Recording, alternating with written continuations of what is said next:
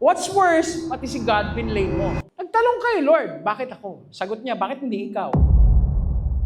Bag starts with what we call blame. What's the word? Blame. We get to blame other people. Si nanay kasi, si tatay kasi, yung kumpanya kasi, gobyerno kasi, si Digong kasi, si Marcos kasi, etc., etc., etc. So marami tayong biniblame. Kailan natin natutunan yan? Nung bata ka. Yung nanay, naglalakad yung bata na dapa, bag, nauntog sa floor, umiyak. Anong sabihin ng nanay? Ikaw kasi. Tapos anong gagawin ng nanay? Papaluin sino?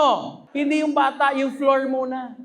Bad floor, bad floor. Tahan, bad floor. Yung bata na untog sa table.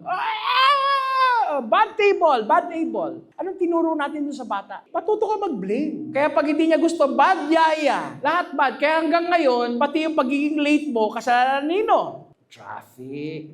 Sino pa? Meron kasi nasagasaan, may nag-aksidente, lahat. Ba't di ka naging on time? Alam mo yun? Ang damo nung pwedeng i-blame.